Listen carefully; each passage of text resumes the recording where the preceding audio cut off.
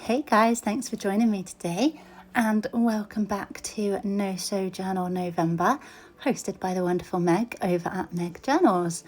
We are officially past the halfway point and today I am covering prompts 15 to 22 and these are pattern clash, everyday items, overlapping shapes, messy marks, bold colours, layered textures, soft focus and coffee stains. I believe I may have missed one. Which would be a beautifully chaotic mix, which feels very fitting for where we are in this challenge. It's that point where the journal has its own personality and all we can do is lean into it. Now I've made a decision with this spread. I am not adding any new pages to my accordion art journal. We're on the back end of this challenge now, and I feel that what I have just basically needs to be filled, completed, loved into fullness, and there's something satisfying about working with what's already there instead of expanding endlessly outward, which you really can do with these accordion art journals. Now for these prompts I started with everyday items and I took that very literally. So I used pictures of a table and chairs, a vase of flowers, some fruit, just those ordinary things we see all the time but often overlook.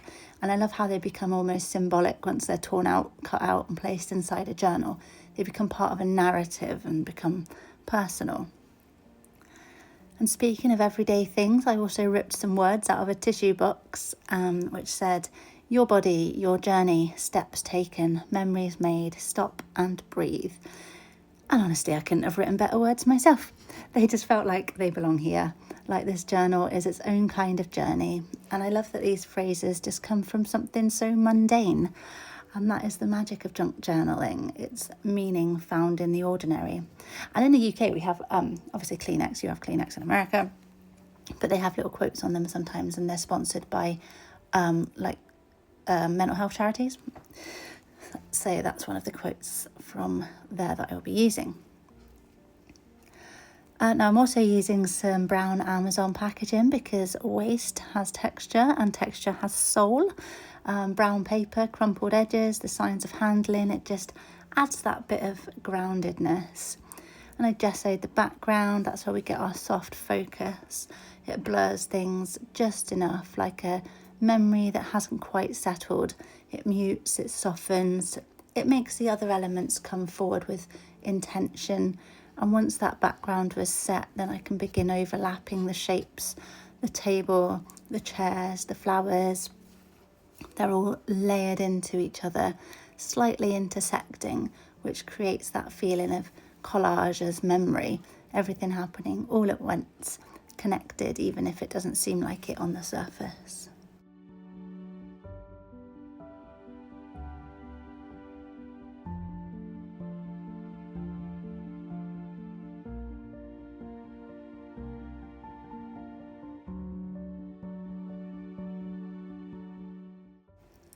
And then we move into pattern clash, and I love this one because pattern clash is permission to stop worrying about what matches. It's freedom. So I clashed patterns through the modern pictures, the hand-drawn looking elements, and all those different colours. It's just like visual noise, but in a good way.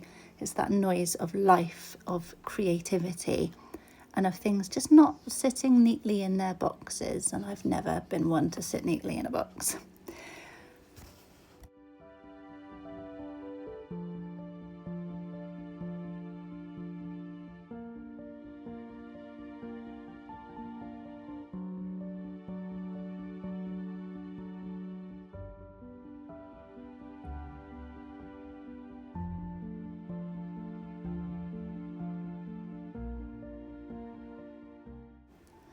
And that brings us to messy marks. I grabbed a Posca paint pen and I just let myself scribble, mark, express. And messy marks are just human. They're that reminder that art isn't always controlled. Sometimes it's a gesture, a flick of the wrist, a moment of energy caught on the page. So that way I'm also bringing in bold colours and adding in blue because bold and bright can wake up a page that's getting too safe. Blue is one of those colours that can either calm or electrify, and I think in this case it did a little bit of both.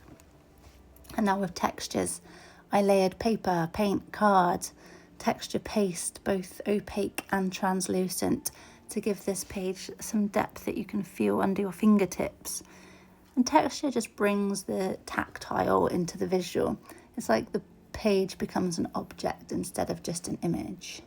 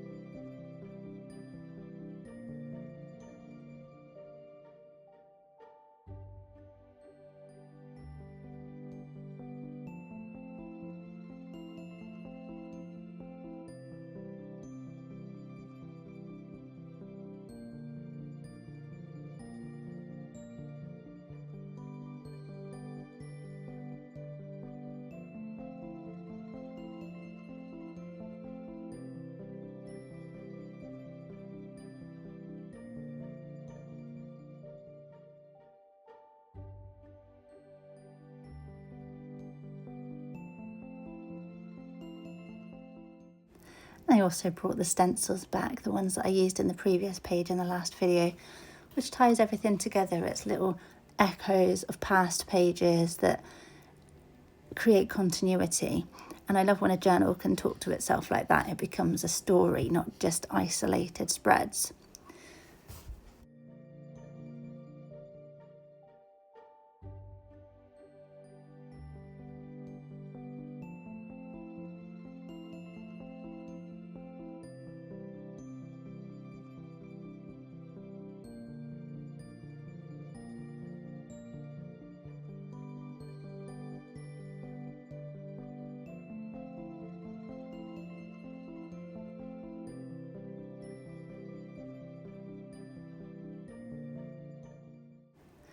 And then I spilt coffee over the page, quite literally. I let it soak in, bleed through, and it gave me that perfect coffee stain effect. Not a neat ring, not a controlled stain, but something that happened, something slightly chaotic. And I love that it soaked through to the other side of the page as well. A reminder that nothing in a journal is entirely contained and that everything leaves a trace. Of course, I dried it with my heat gun because patience is not my gift, but the stain remained and it gave everything that slightly aged, lived-in feel, almost like this page has already survived a life. And one of my favourite parts is that this spread sits at the end of one side of the accordion and the beginning of the other. So it's a hinge, a pivot, a point of turning, and it feels kind of symbolic, like transition is built right into the paper. And when I look at this now, it looks like a bit of a glorious mess. It almost looks like one of those pages that someone would practice on rather than a final polished piece. And I love that. And there's a rawness to it that feels honest. It doesn't need to be tidy, doesn't need to be perfect. It feels alive. And that's the beauty of No Sew Journal November. These prompts, this community, this challenge, they all remind us that art can be rough, wild, intuitive, unfinished, and still completely meaningful. And that's prompts for 15 to 22, all living together on one spread, all speaking to each other like fragments of a memory that's still unfolding. And thank you for joining me today. I will see you for the next section as we complete this journal, one glorious mess at a time. I'll be back before that. There is something else. Please do like, subscribe, comment on this video, and in the meantime, have a wonderful rest of your day. Bye.